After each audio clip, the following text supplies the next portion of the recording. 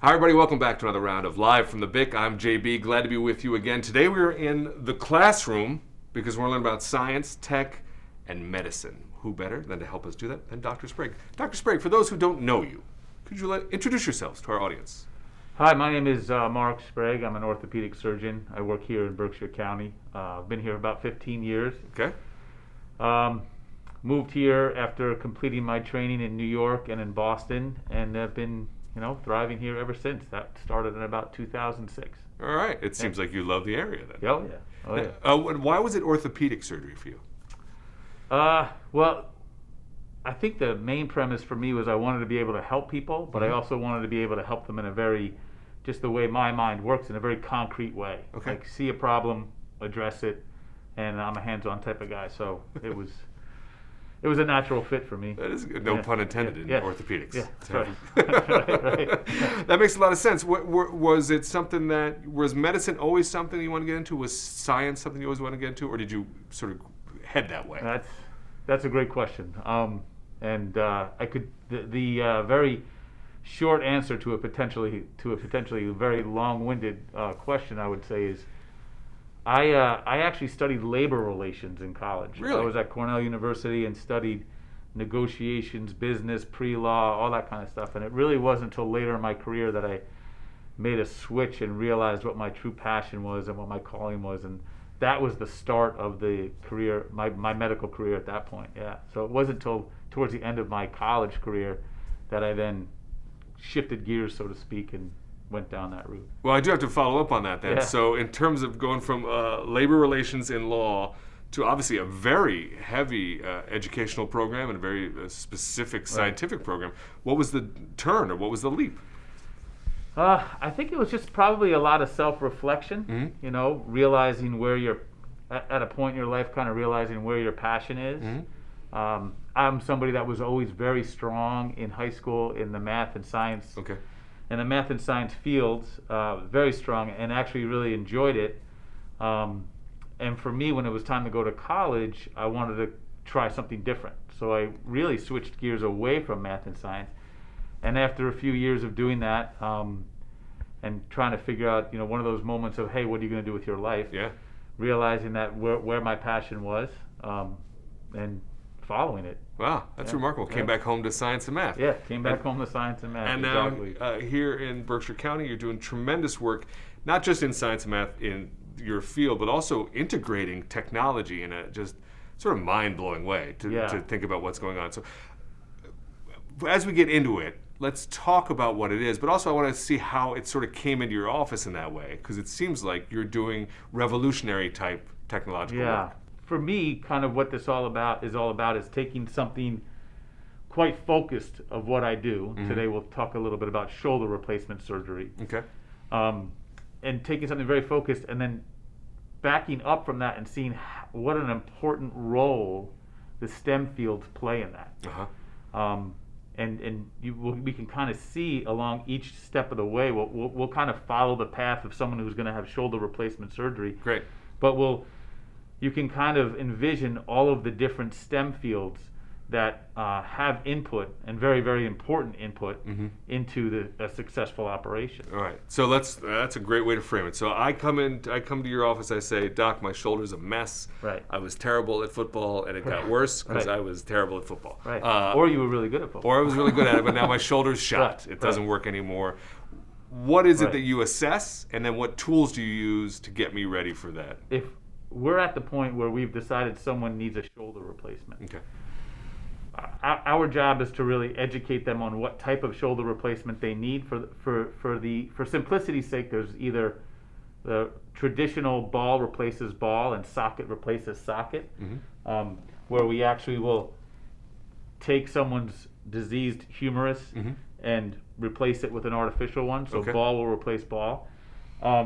And then there's others where we'll actually take that ball and we'll actually turn it into a socket for the patient. Okay. So, assuming you need one of those two types of surgeries, what we call the total shoulder replacement or the reverse shoulder replacement, we have to educate the people using models such like these so that the people can better understand what we're going to be doing. Sure. You have to imagine the only images people have in their mind, and this is to date myself a little bit, but they're just thinking of like the bionic man or the bionic woman. They don't really get it. So we use tools like this that really allow us to kind of show them like, hey, we're going to take your socket and turn it into a ball, right? And once we've educated the person about their options and different modes of treatment, and we've decided that we're going to do a replacement, using advanced computer programming, we then order a CAT scan. We call it a CAT scan, but it stands for computed assisted tomography. So it's taking basically a whole bunch of x-rays in a CAT scanner, and then it is incorporated or put into a three-dimensional picture of this person's anatomy. Right. From that three-dimensional anatomy, I will receive that program, and I will actually be able to do the person's surgery on the computer screen. And I'll be able to rotate it and look at it and see how things are going to fit, see whether they're too big, they're too small, whether they're shifted too far to one side or the other. And once I've decided that that is the right fit for that person, and we can do this down to the millimeter, believe it or not. Once we've decided that's the right fit, we then send our completed surgery, I'm going to use surgery in quotes because we've just done it on the computer, and we send that completed model or that completed program back. From that, they will then three-dimensionally print that person's anatomy. And they will three-dimensionally print a guide that fits onto that person's anatomy. Wow. And we will take that to the operating room so that we can convey and we can translate everything we've done on the computer down to the millimeter to have the same level of accuracy in the operating room. Well, that's incredible to see how the medicine and the science come together with technology in that way. You've laid out some of the beginning steps. We have a little bit deeper dive into how that software works to get, a 3D version of you, the patient, ready to go. The first thing we do in our preoperative planning is we obtain a CAT scan of the patient. And once the CAT scan is obtained, we're then able to log on to the website for a blueprint, and we are able to then plan a new case for the patient's surgery. Once we log in, the patient's CAT scan will actually show up on the page, and we can visualize the patient's anatomy in different planes, as is seen here. We can look at different cross sections and analyze how the head of the humerus or the ball part of the ball and socket joint is sitting, and we can also analyze the socket part, and we're able to rotate this and look at it in 3 dimensions as is shown here. Once we've verified the patient data and verified the different calculations by the program, we then continue to planning, and we are able to then visualize what the software will suggest. So here we're planning a total shoulder replacement, and the greenish blue socket is demonstrated, and I'm able to rotate and see how it sits on the patient's socket. I can make changes and I can move it around if I so desire. I can see whether the size is too big or too small, and then I can go ahead and seat it, and if it turns red, then it tells me that that's not a good fit, or for some reason it's punctured through the bone in a particular area, and I can make adjustments to correct that. As you can see, I just did, and it turned back to the greenish blue color, and that tells me that that's a good fit for that patient. If I choose a size that's too big or too small, it will again tell me, and so doing, it'll turn it red and let me know that. It allows me to look at how it's seated in the different planes, cross sections of the patient's anatomy, and then I can move on to planning the ball part of the total shoulder replacement. So here's the ball size that the program recommended, and again I can look at it and see if it fits nicely, and I can make the appropriate changes if I need to. As you can see here, the computer has now selected the appropriate size of the ball and the socket, as well as the position of them. And what we'll do now is we'll generate a guide so that we can translate this over by finalizing the plan and creating a guide. We can figure out how we're going to accurately place these components in the operating room. So by generating a guide, we're selecting contact points around the edge of the socket, and I'll show you this here briefly before we move on to what we call a reverse shoulder replacement. In a reverse shoulder replacement, the ball is on the socket side of the patient and the socket is on the ball side of the patient. So as you can see here, the computer has generated putting a ball onto the patient's socket. I can rotate, look around at it, make changes in the position, raise it up, raise it down, look at how it looks in different planes. As you can see in this particular case, there's a wedge that needs to be placed underneath the base plate of the socket right there. I can take away that wedge. If I take away that wedge, then the base plate doesn't sit as nicely against the patient's anatomic socket, and then I have a problem as it won't sit flush. So the system here has generated the appropriate size base plate and ball, as well as the need for a wedge, and then I can move it around and I can actually look at it in all three dimensions, and I can rotate things so that the wedge fits more flush against that patient's deformed socket. As you can see here, I'm rotating it around so it sits more flush against the patient's socket.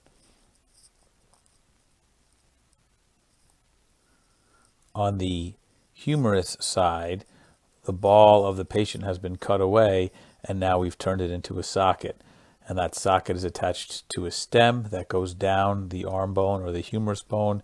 We can select the appropriate size stem. We can also change the angle of the stem if we need to. It shows me how well the stem will fit inside the patient's arm bone or humerus.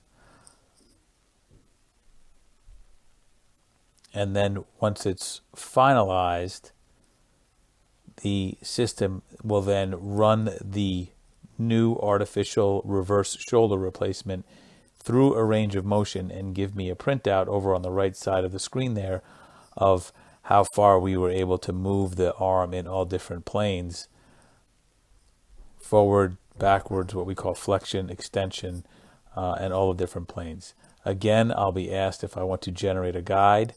I will select the contact points around the edge of the patient's socket, and then a 3D, and then a guide will be generated, which will match this person's three-dimensional anatomy, and will tell me exactly where I need to put the pin into the patient's socket at exactly what angle.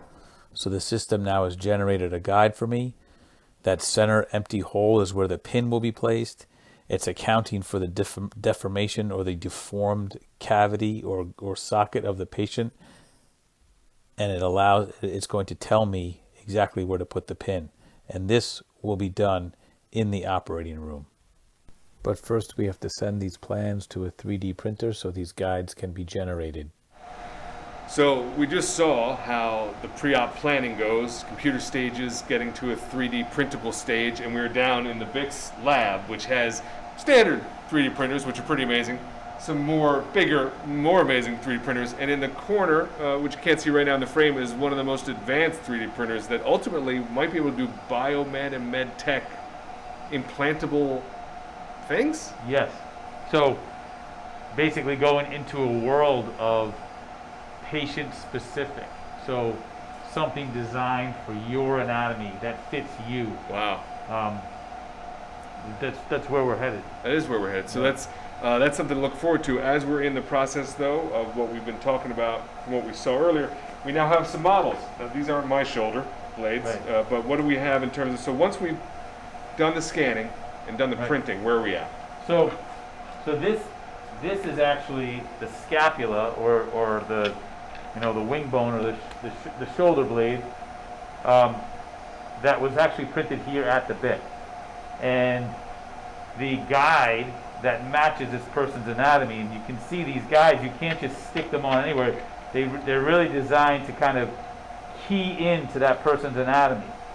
I'll show you an example of the actual titanium ones that we take into the operating room.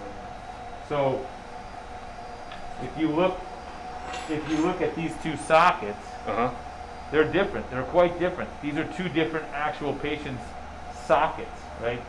The socket is called the glenoid, and as you can see, they're quite different. Yep. So the guide for those people really has to match their anatomy, and it has to key in. It really has to key in, because if you try to put it on the right way, if you try to put it on the wrong way, it won't work. Right. It's really about getting that correct fit and that accurate fit that then we take to the operating room when we do the surgery. Right. And so by having these models outside the patient, by being able to do all this in your office, basically, Right. to do all this planning, what does that set you up for when you get to the OR? This comes to the operating room. Oh, wow. Sterilely prepared. So Okay. it's packaged sterilely. But what this sets us up for is accuracy. It sets us up for a better outcome. It sets us up to account for the anatomic differences of people. In a place like here, being able to do this, if you take a step back, it sets us up for research opportunities. It sets us up for opportunities to teach. And all that's right here in the Berkshires. It really is remarkable. That is done right here at the BIC. So we have the titanium, it's sterilized, you're ready to go, the patient's ready to go. Let's go to the OR. The three-dimensional guides arrive in sterile packaging. We are able to analyze the actual contact points as well as the appearance of the patient's socket from these three-dimensional guides. The center drill hole is clearly delineated in the center of the guide. A close-up of the guide onto the patient's 3D printed socket is shown here, with P marking the back side of the guide, standing for posterior. The center hole is where the guide will be placed. We then take these to the operating room. Here's an example of an arm positioner that we use in the operating room. This is a picture of a patient who was partially prepped, and a final picture of a patient who is thoroughly prepped and ready for surgery. Yep. In the operating room, we now have a completely sterile field, and we are positioning the guide onto the 3D printed model of the patient's socket and inserting the pin to confirm accurate placement. We will then compare this to the patient's anatomy. Okay. The following images are graphic in nature and are actual surgical images from the operating room, so please feel free to turn your attention away from the screen for the next 30 seconds. Here is the exposed socket of an actual patient's glenoid, also known as the socket. As you can see, it's a tight space, and we get a good visual image of the patient's socket, and we hold up the 3D printed socket that matches that patient's socket up next to it to determine how to position the guide, as is shown here, and then where the pin will be placed onto the patient's socket. So we can see then that the technology supports what I would imagine is a much safer, more detailed surgery. Is that true, or am I just sort of making stuff up? 100%. And not only safer, but extremely more accurate. Oh, good. I mean, we have looked at ourselves through our research and looked at our data, and we have looked at how accurate we were in the past, whereas we might have been up to 10 degrees or 15 degrees off in the past with any given particular technique but now we're down to, less than 1 degree or less than 5 degrees. I mean, the accuracy it has just improved exponentially from where we used to be just a few years ago, just 5-10 years ago, before using this type of technology. That is remarkable. And my guess would be that would improve rehab outcomes, or basically improve all outcomes. Yeah, you're spot on. So, yes, the simple answer to that is yes. It improves. If you have something mechanical that you place more accurately, well, it is less likely to fail or wear out in the near term or the short term, because it is functioning like it's supposed to. It's kind of analogous to balancing of tires, right? Right. If the tires aren't aligned, they wear out prematurely, and they wear out in an asymmetrical pattern. So it's very analogous to, like, if you have to tires of a car. If you have things in the position they're meant to be in, and you're accurate at doing it, then it'll lead to better outcomes, lower complication rates, lower failure rates, and most importantly, better longevity. Right? You want these. Who wants to go through surgery more than once? Totally. Right?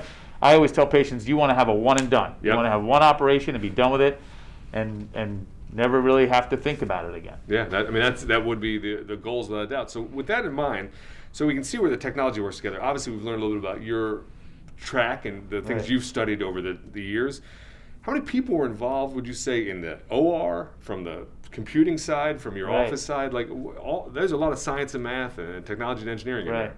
Yeah. When I was thinking about this segment, and I was kind of going through that natural timeline of taking someone from before surgery through surgery till after surgery, I was kind of amazed at all the STEM fields that are involved here. Something as simple as the radiology technologist who's taking your x-rays in the office, to in the operating room, where it's not just the surgeon and the patient. I mean, this is a real team approach. You have an anesthesiologist, you have who has a whole separate field of training and a whole separate field of expertise, all within the STEM field. You have a circulating nurse. You have, who again, STEM fields training. You have a surgical technician, who obviously has to have a very good mechanical sense and really have an amazing ability to anticipate. You have an assistant to the surgeon. That can be a physician's assistant. It could be a surgical resident. It could be a fellow MD. Again, a whole nother field of training. And then that's just the clinical people in the operating room, and there's at least 5 or 6 of them in the operating room. But then when we look at the technology side of the computer, I mean, look at all the the computer science engineers or the computer programmers that were involved in this, the people that were involved in designing the software. A lot of amazing minds go into something, as simple as, not as simple as, but a procedure like a shoulder replacement. You back up and take a bigger look at it. You look at all of these STEM fields that were involved in this procedure. Yeah. Well, what's remarkable is not only those STEM fields that were involved, but also the success rate you're talking about now, and those positive outcomes being so much enhanced by everybody working like that, everybody's STEM experience stacking on top of each other to have better outcomes. And if I understand where we're at technologically wise, it's going to get even more interesting soon, because there's augmented reality that's going to be introduced in these procedures. Right. So the future is very exciting here, because we are kind of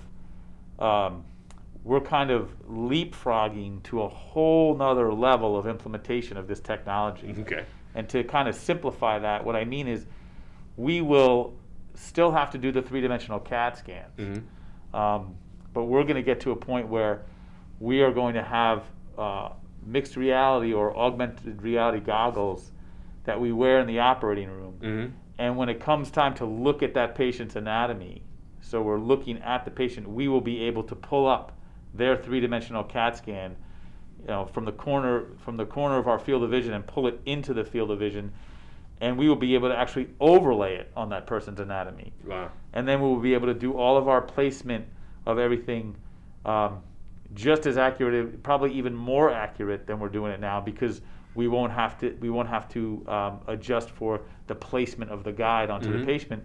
The computer is going to basically tell us exactly where to go, whether our angle is off by as little as a millimeter, and we will be able to make real-time adjustments right there in the operating room. That's like science fiction to me. That sounds like something that's really advanced, because it seemed like the way that patient was prepped in the OR, in your field of vision, naturally as a normal human being, from what I mean, an excellent one. But you can only grab so many things in that moment that the mixed reality goggles might be able to actually develop even more complete sight.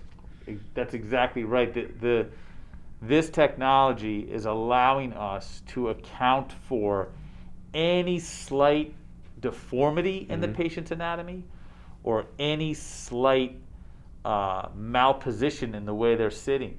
As you saw in the video in the operating room, once that patient is prepped, we're dealing with a very, like you said, a very small field.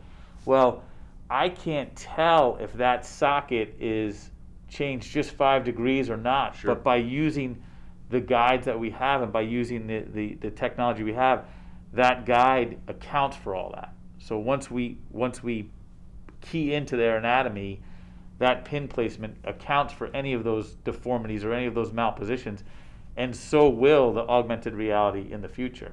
That's just wild. For a little bit more on that AR and how that works in the surgery, take a look at this. I have to say that what happened over the last 10 years with the 3D technology is just amazing. It's much more important than everything I've seen during my career. When we first started on this journey to create this software, we likened it to the difference between a flip phone and a smartphone. Right in, at least in the area of software technology, is the tip of the spear. The shoulder problems that we treat are three-dimensional problems, and yet we have a virtual plan that's represented on a computer screen in 2D. And our brain is trying to see this in 3D. When we go to mixed reality, we have 3D next to a 3D problem. And that means that you see the three-dimensional image adjacent to where you have to operate. We will have glasses, and that will help us to reproduce the preoperative planning and make sure that the patient benefits of all the new technology. You can move in space the image that you're going to reference for your operation. If it's distracting, move it out of the way.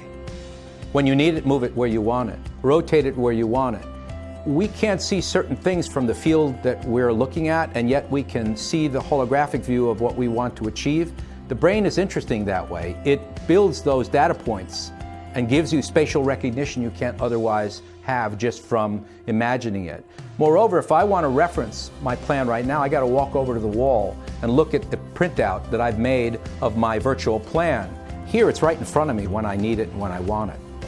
This is the beginning of what will evolve into a virtual navigation, if you will, through augmented reality that will ultimately reduce our need for all sorts of paraphernalia, instruments and guides and jigs that cost money and take time.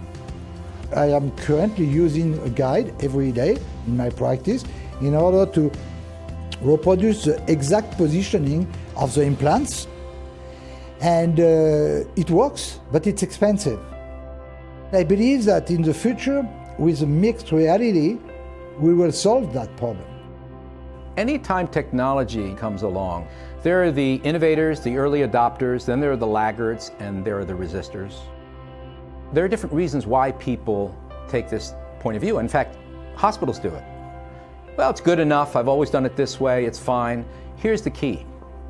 Those who measure and apply critical introspection as to what outcomes they get realize over time that they can do better. I would ask you, does your patient deserve that? Does your patient deserve your learning curve to become better at what you do and give them a more durable outcome? For me, the answer is yes. The technology that we now have available is just unparalleled, and this will be the next half decade to decade. We're going to see a complete transformation of shoulder arthroplasty. This new technology, which is here now, is opening a new field. It's changing completely the future of shoulder arthroplasty. So, I mean, that technology is just sort of mind-blowing in general, but especially in this space like this, in the medical field. It seems like it's just exponentially powerful to have even better outcomes. Yes, it's humbling, and it really gives you an appreciation for the teamwork that goes involved, that's involved in something like this. Yeah, so I do have to ask though. This seems pretty advanced. Are a lot of surgeons around the country doing it? Or Oh yeah, is it, yeah. A lot of there's definitely a group of shoulder surgeons that feel like this is the way it should be done. Mm-hmm. We have better outcomes this way, and when we have technology like this, you know, and I even think that they refer to it in the video, like we have to ask ourselves, don't our patients deserve this? And I'm in the yes column. Well, that's great to know right here in Berkshire County that's one of the things that's going on.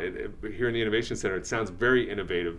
I know you got into your medicine field late, but STEM was always something that got you fired up. Right. As we say goodbye to our audience, which has a lot of kids and a lot of people in school trying to figure out where they may want to be in the future, what would you advise them on? Like, what in terms of, we know it's about what they care about and what they really want to be doing, but in terms of the field and what you see from STEM, what are your thoughts there? So my advice would be if you have a passion for STEM-related fields, to really explore that and get involved and take advantage of programs here at the BIC, and even take the time to just meet with people in the different STEM fields that you think that you might be interested in. Because once you start down that path, you'll realize that the world just gets so much bigger in those fields, and with some very, very interesting topics and interesting areas of expertise.